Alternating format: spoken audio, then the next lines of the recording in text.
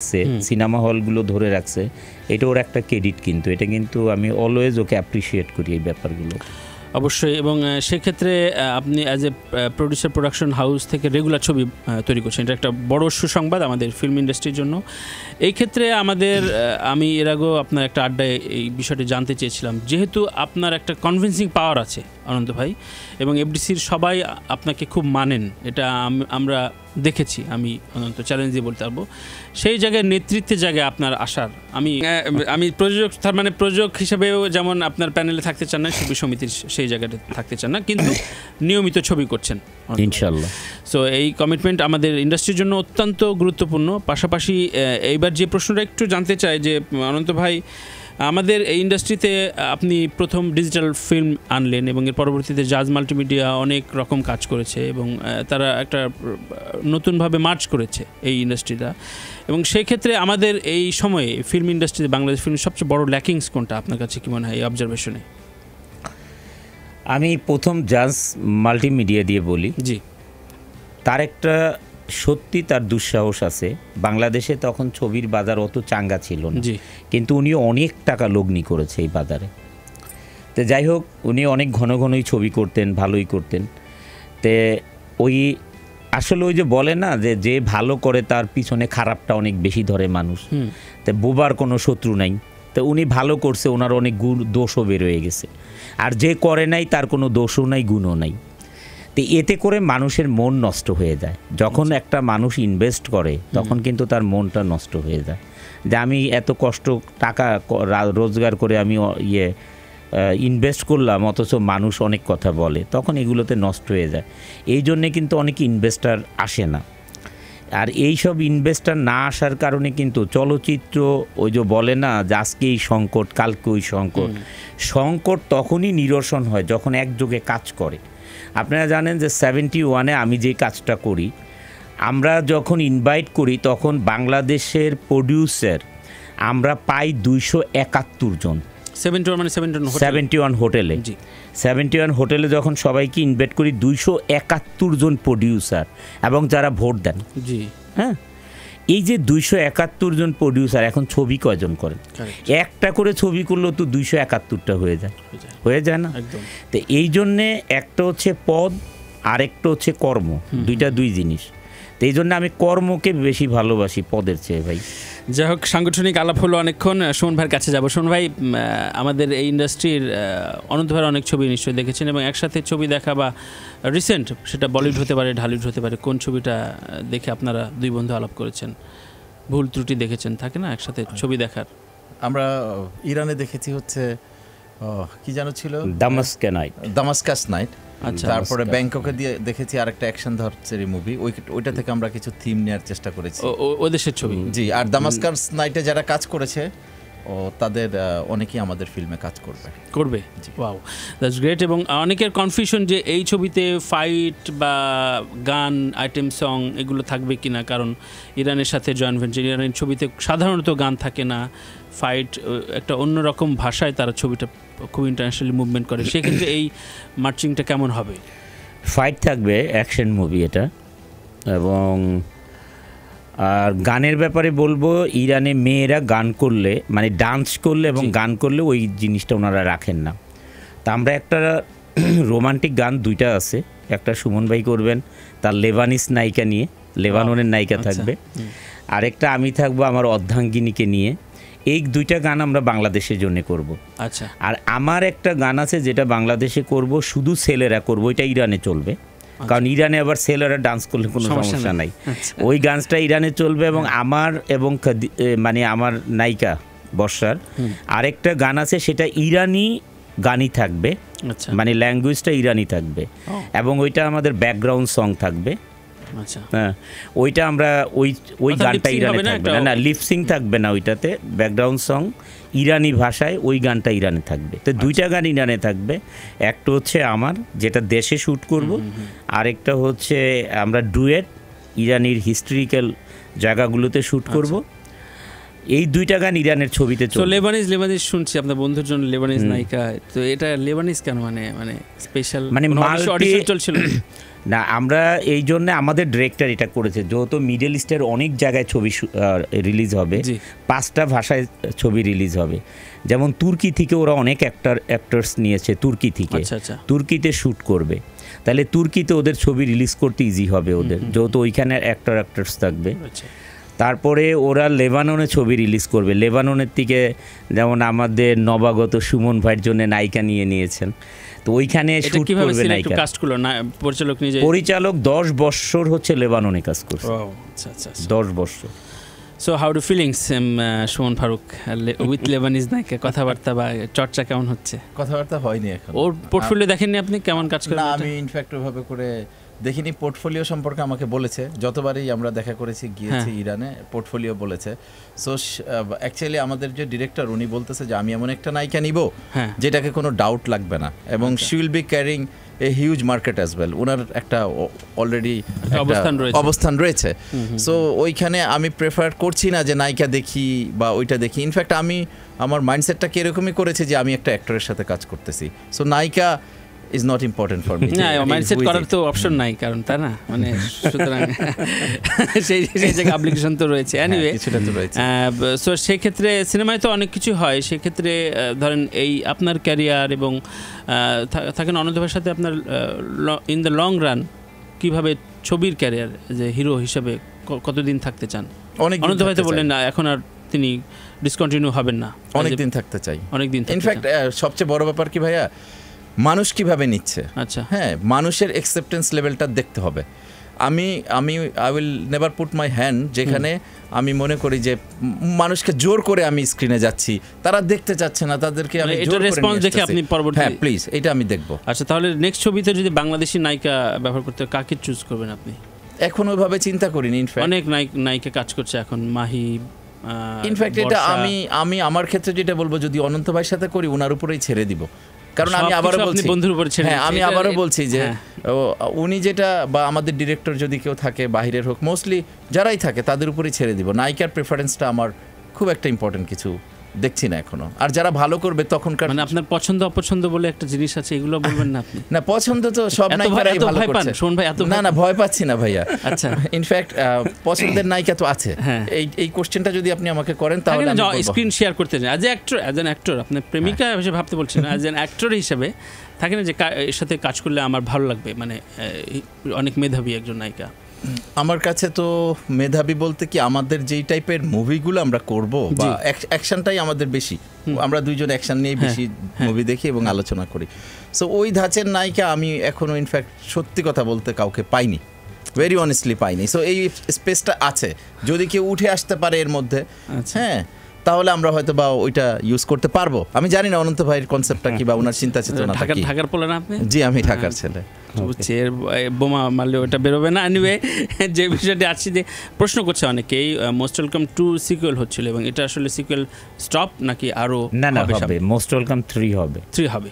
So আপনারা জেনে গেলেন। এবং আরও কিছু প্রশ্ন আমি একটু নিতে চাই, সেটা হচ্ছে বলতে চাচ্ছেন যে বাংলাদেশি নায়ক আনলেন, বাংলাদেশি নায়িকা আপনার ছবিতে কোনো দিন লঞ্চ হবে কিনা? হবে তো, এর আগেই তো বলা হলো। আচ্ছা, সো আপনারা পেয়েছেন মুন্সিগঞ্জে বাড়ি, মুন্সিগঞ্জের জন্য কিছু করবেন কিনা? মুন্সিগঞ্জের জন্যে মানে আলাদা কিছু করার দরকার নেই। মুন্সিগঞ্জ এমনিতেই খুব উন্নত একটা, মানে আমাদের যদি কোনো ডিস্ট্রিক্ট বলা হয় বাংলাদেশের যে কয়টা ডিস্ট্রিক্ট বেশি উন্নত, তার ভিতরে মুন্সিগঞ্জ একটা। এমনিতে মুন্সিগঞ্জে যেয়ে আমরা সবাই মিলে একদিন নাচতে পারি আর কি, এটা করলে সবাই বেশি মজা পায়, বা একটা শুটিং করে একটা শুটিং করতে যেতে পারি, বা সব ইয়াংদেরকে একদিন মাইকিং করে এনে আজকে আমরা সবাই ঢাকার পোলা নাচবো, এইটা করতে পারি। কারেক্ট। সো আপনারা উত্তর পেয়ে গেলেন, মুন্সিগঞ্জবাসীরা দেখছেন। সো অনন্ত ভাইয়ের মুখে ঢাকার পোলা গানটা একটু শুনতে চাই। সো আপনারা আবার ফিরে বলছিলাম যে আজকে নায়িকা থাকার কথা ছিল আমাদের লাইভে, কোনো এক কারণে আসতে পারেননি, এবং ঢাকার পোলা তো হ্যাপি মুডের গান, আপনার সেই হ্যাপি না, এখন তো আমার নায়িকা আমার সাথে নাই, হ্যাপি মুড তো করা যাবে না। এমনিতে আমরা অনন্ত ভাইয়ের কণ্ঠে একটা ছোট্ট হলেও, যেহেতু অডিয়েন্স ডিমান্ড, একটু শুনি। আমার যে বর্ষা, যেহেতু সে আমার পাশে নাই, তার জন্য গাইতে পারি, বাট এখন হ্যাপি মুডে করা যাবে, প্লিজ। আমি এমনি খুব বড় কামলা, সারাদিন কাজ করি, তারপরে আবার এখানে আসি। তাই ভাই আমার গলা টলা কিছুই নাই, তবে যা বলি তাই শুনেন অ্যাজ এ কবিতা। তুমি যে আমার কবিতা, আমারও বাঁশির রাগিনী, আমারই স্বপন আধো জাগরণ, চিরদিন তোমারে চিনি, তুমি যে আমার কবিতা। আপনার ফিলিংটা মানে ইনার ফিলিংটা বোঝা যাচ্ছিল যে চোখ বুঝে চলে গেছেন অলরেডি নায়িকার কাছে। এনিওয়ে, আমরা এই সেগমেন্টটা শেষ করবো সুমন ভাইয়ের কণ্ঠে একটি হ্যাপি মুডের। তার তো বিরহের কোনো কারণ, আলাদিনের চেরাগ, আলাদিনের চেরাগ একটা লিরিক, কিন্তু অনন্ত ভাই অলরেডি লিখে ফেলেছে, which is very fact, আলাদিনের চেরাগ।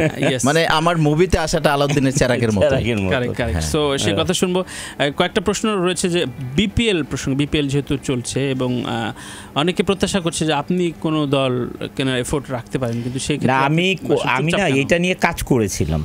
আচ্ছা, মানে একটা হ্যাঁ, আমি ওই যে যখন প্রথমবার যখন আমি ইভেন দো ওয়েস্টিন আমি ঘোষণাও দিয়েছিলাম যে আমি পরবর্তীতে একটা দল কিনবো। জি, ওই যে যেই বছর আমি এবং বর্ষা আপনার ওই যে কুমিল্লা ভিক্টোরিয়া ওই আমরা অ্যাম্বাসিডার হলাম, তখন আমি ঘোষণাও দিয়েছিলাম। পরে আমি আলাপও করেছিলাম এটা নিয়ে যে ওনাদের এটার পার্টনারশিপ নেওয়া যায় কিনা।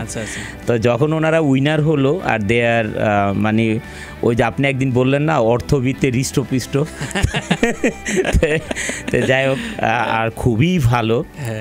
এখন তো আল্লাহ তাআলার দয়ায় উনি অর্থমন্ত্রী। আর নাফিজা কামাল মানে ওর ব্লাডই হচ্ছে হলো ক্রিকেট, মানে এত জলি। তা আমি চেয়েছিলাম যে আমরা একসাথেই করব, যে 50-50 আমরা করতে পারি কিনা। পরে দেখা গেল যে ওনারা নিজেরাই এটাকে রাখবেন। আর তারপরে আর কোনো দলের সাথে এরকমভাবে আমার কথা হয় না। এমনি তো ওই যে বললাম না, আমার লাইফের সময়টাই হচ্ছে আমার সমস্যা। বরিশাল বুলস এখন পিছিয়ে আছে, চুপচাপ আছে, যদি পার্টনারশিপ নিতে। আসলে আমি তো ঢাকাইয়া মানুষ, আমি এখন বরিশাল বুলসে কিভাবে যাই? তবে সারা দেশেরই ছেলে আমি, তবে তারপরও নিজের একটা লাগে, মানে নিজের একটা ওই যে বলে না শিকড়, একটা শিকড় লাগে। আচ্ছা, এমনি বিপিএল টুর্নামেন্ট দেখা হয় বা দেখার সুযোগ? হ্যাঁ, আমাদের দেশের খেলা দেখবো না মানে? আচ্ছা, এখানকার আবার জিগায় এখানকার হোস্টিং এবং নানান রকম প্রসঙ্গ নিয়ে অনেক রকম বিতর্ক ওঠে, যেটা ইংলিশ প্রনাউন্সিয়েশনে হয়তো লোকাল প্লেয়ারকে বিদেশি প্লেয়ার বলে দিচ্ছে, এ ধরনের নানান কিছু ট্রল হয়। এবং এই ট্রলের সঙ্গে কিন্তু একসময় অনন্ত ভাইকেও একসময় নেওয়া হয়েছিল অনেক রকম তর্কে বিতর্কে। তো এগুলো আসলে আপনি কিভাবে হ্যান্ডেল করেন, কিভাবে দেখেন? আসলে যখন ক্রিকেট খেলে, জি, এটা খুব স্পিডি খেলা। আর যখন মানে ভাষ্যকর যে বলেন, জি, এটাতে একটু মিস্টেক হতেই পারে। ফুটবল খেলে আরও বেশি মিস্টেক হয়। ফুটবল যখন খেলে তখন আরও বেশি মিস্টেক হয়, ছোটোবেলা থেকেই দেখে আসছেন। কিন্তু ক্রিকেট খেলাতে তাও অনেক কম হয়। তো যারা ভুলটা ধরেন, আমি তাদেরকে একটা কথাই বলবো, আসলে এখানে ভুল ধরার কি আছে? এখানে কেউ এক্সাম দিতে গেছে যে ভাই আপনি এক্সাম দিয়েছেন, আপনি 10-এর মধ্যে 8 পাবেন, এখানে তো এক্সামের কিছু নেই। তো এখানে টোল বানানিতে যারা মুক্তি আছেন, জানেন আলেম ওলামা আমাদের কোম্পানিতে অনেকে আছেন, আমরা চাকরি দিয়েছি তাদেরকে, আলহামদুলিল্লাহ আমাদের আল্লাহ তাআলা আমাকে তৌফিক দিয়েছেন। তো ওনাদের একজনকে নাম হচ্ছে হলো রুহুল আমিন, উনি একজন মুফতি, ওনাকে দায়িত্ব দিয়েছিলাম ওদের, যে আপনি ওদেরকে দেখাশোনা করবেন, তারপরে প্রিন্সিপালের সাথে যে কথা বলবেন, ওদের যে সমস্যা না হয়, ওদের খাওয়া দাওয়া প্রতি সপ্তাহে একদিন আমাদের ফ্যাক্টরিতে নিয়ে আসবেন, যেহেতু আমাদের ফ্যাক্টরি শুক্রবারে খোলা, তো ফ্যাক্টরিতে নিয়ে আসবেন, একসাথে দেখা হবে, খাওয়া হবে। মানে আমার অ্যারেঞ্জমেন্টটা ওনার যে খালা এইটা করতে দেয়নি, বলছে না ওরা ওই মাদ্রাসায় থাকবে।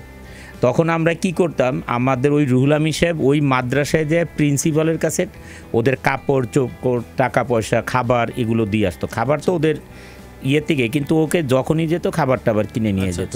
কিন্তু আমার মতন আসলে ওরকম সুন্দরভাবে করতে পারিনি, আমি আর একটু ভালো চিন্তা করছি, অন্যভাবে চিন্তা করছেন। তো সমাজ সচেতন এবং সামাজিক দায়বদ্ধতার জায়গায় আপনি অনেক কাজ করেছেন, তারপরও এই লিডিং পাওয়ারটা বা এই দায়িত্ব নেওয়ার ভয় বা ইগনোরেন্স কেন আপনার মনের ভেতরে, যে সেই জাতীয় নেতৃত্বের জায়গায় আপনি থাকবেন না বা আপনি টিকটকে বলছিলেন যে না আপাতত জীবিত অবস্থায় না। আমি বলি আপনাকে, একটা হচ্ছে আমার একটা কোম্পানি, জি, মানুষের সহযোগিতা, আল্লাহ তাআলার দয়া একটা কোম্পানি হয়েছে, এটাই কিন্তু মালিক আমি, মানে দুনিয়াবি সব কিছুর মালিক আল্লাহ তাআলা, দুনিয়াবি মালিক আমি, এই ফ্যাক্টরিটার মালিক আমি। এটা আমার অর্গানাইজে আমার ডিসিশনে চলে। আর একটা যখন আমি সমষ্টিগতভাবে কোনো একটা ডিসিশনে যাব, ওইখানে কিন্তু আমার একক ডিসিশনে চলবে না, এখানে কিন্তু সবাইকে ম্যানেজ করতে হবে, তখন ওই ডিসিশনটা কিন্তু কার্যকর হবে। এটা একটা যেটাকে লিডার বলা হয়, সেই লিডিংটা নট ইজি একটা ব্যাপার। আচ্ছা, তো সেই জন্য আপনি এই দায়িত্বে কখনো মানে আগামীতেও আর না, আমাকে তো আমি যোগ্যই মনে করি না।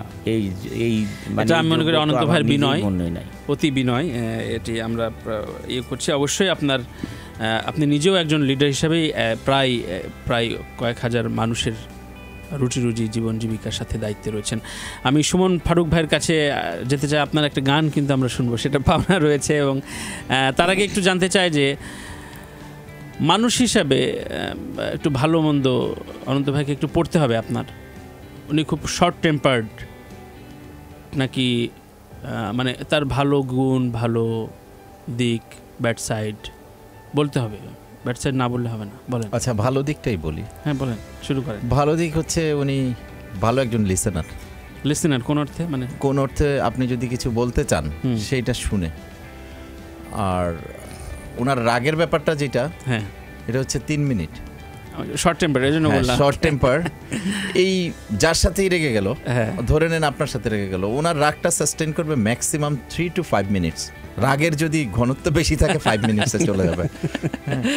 এই 5টা মিনিট আপনি ওয়েট করবেন, then you get again phone call, sorry ভাই ভুল হয়ে গেছে, আরে বুঝেন না ফ্যাক্টরি চালাই, মাথা নষ্ট থাকে। This is Ananta Jalil. ওই যে হুমায়ুন আহমেদের একটা কথা আছে যে খুব ভালো মানুষরা খুব দ্রুত রেগে যায়। হ্যাঁ, উনি তাই করে, উনি আবার রাগে খুব, যারা একটু মিচকা শয়তান তারা জীবনে রাখবে না। আপনার পেছনে যদি লাথিও মারে তো মিচকি হেসে বলবে যে ভাই আপনার পায়ে ব্যথা লাগেনি। এক্স্যাক্টলি, অনন্ত ভাই রেগে যায় খুব তাড়াতাড়ি, কিন্তু এটা বেশিক্ষণ থাকে না, 3 থেকে 5 মিনিট। আচ্ছা, আর এমনিতে আবার একটু ছবির দিকে আসি, যে ছবির প্রস্তুতি, জিম, ওয়ার্কআউট, ড্যান্স, কোরিওগ্রাফি শেখা, এগুলো প্র্যাকটিস কেমন হচ্ছে? চলছে, ভালোই চলছে, সকাল থেকে রাত পর্যন্ত চলে, মাঝখানে ব্যবসাটাও করি। কোন গানের সাথে নেচেছেন বাসায় বাড়ি? ওইভাবে করে নাচি না, বিভিন্ন রিদমিক গানগুলো, ধরেন আপনার এই হিন্দি ছবির অনেকগুলো হয়, ইংলিশ ছবির হয়। আমরা মোটামুটি বেস্ট ট্র্যাক কোনটা আপনার, সবচেয়ে ফেভারিট ট্র্যাক যেটার সাথে আপনি কমফোর্টলি নাচতে বলবো না, তাহলে ওইটা আরেকদিনই বলি, কারণ কয়েকটাই আছে, এটা থেকে বেছে নিতে হবে। ইনফ্যাক্ট আমরা ট্রাই করতেছি কম্বিনেশন করতে, সো একটাকে পার্টিকুলারলি এই মুহূর্তে বলতে পারছি না। আপনি স্পেসিফিক নাম বলতে চাচ্ছেন না? জি, ও তখনও বলেননি, এখনো নাচের নামটা বলতে পারছেন না, খুব ট্রিকি। মানে সাধারণত ছবিতে আসার পরে মানুষ ট্রিকি হয়, আপনি আগে থেকে আমাকে ট্রেনটা আগে থেকে করানো হয়ে গেছে, এগুলো সব শিখেছে না মোটামুটি? হ্যাঁ, আমি জানি। আর কি শিখাইছে যে সাংবাদিকদের এই প্রশ্নের জবাব দিবেন না, এই নায়িকা এইভাবে ফোন করলে এইভাবে উত্তর দিবেন না? উনি আমাকে যেটা শিখিয়েছে যে মিডিয়ার লোক খুব গুলো যদি আমি আপনাকে হিরো হিসেবে এন্ট্রি করাই, ওনাদের সাথে হাসি মুখে কথা বলবেন, সবকিছু ইয়ে করবেন, কিন্তু নিজের ব্যাপারে খুব একটা বেশি বলার প্রয়োজন পড়বে না, যতটুকু ওনারা প্রশ্ন করে ততটুকুই বলবেন। এক্স্যাক্টলি। তো আনন্দ ভাই, এই যে দীর্ঘ এক্সপিরিয়েন্সে এমনি এন্টার ইন্ডাস্ট্রি এবং সবিজের এই যে আমরা যারা আপনার সাথে দীর্ঘদিনের একটা যাত্রা, তো প্রায় 1 যুগের বেশি সময় হয়ে গেল, 1.5 যুগ প্রায়। সো এই সবিজ ইন্ডাস্ট্রির কারো কোনো নাম যদি আপনি বলতে চান, ইনফ্যাক্ট ইন্ডাস্ট্রিটা কতটা পারিবারিক, কতটা শত্রুতা পরায়ণ, আপনার কাছে কি মনে হয় ইন্ডাস্ট্রিটা? পারিবারিক খুব কম। আমি যদি বলি প্রযোজক সমিতি, যেটা আমিও ট্রাই করেছিলাম, যেটা আপনি জানেন, হোটেল 71-এ পারিবারিক বন্ধনটা নাই বিদায় আজকে কত বছর হয়ে গেল, দেখেন প্রযোজক সমিতিতে ইলেকশন পর্যন্ত হয় না, সব কিছু রেডি হয়ে যায়, ইলেকশনের একদিন আগে হচ্ছে হাইকোর্টে একটা মামলা হয়ে যায়। তো এটাতে পারিবারিক বন্ধন যদি আমি বলি, তাহলে আমার যদি ডাহা মিথ্যা কথা কিছু থাকে, তার মধ্যে নাম্বার 1 এটা পৌঁছে যাবে, পারিবারিক বন্ধতা নেই।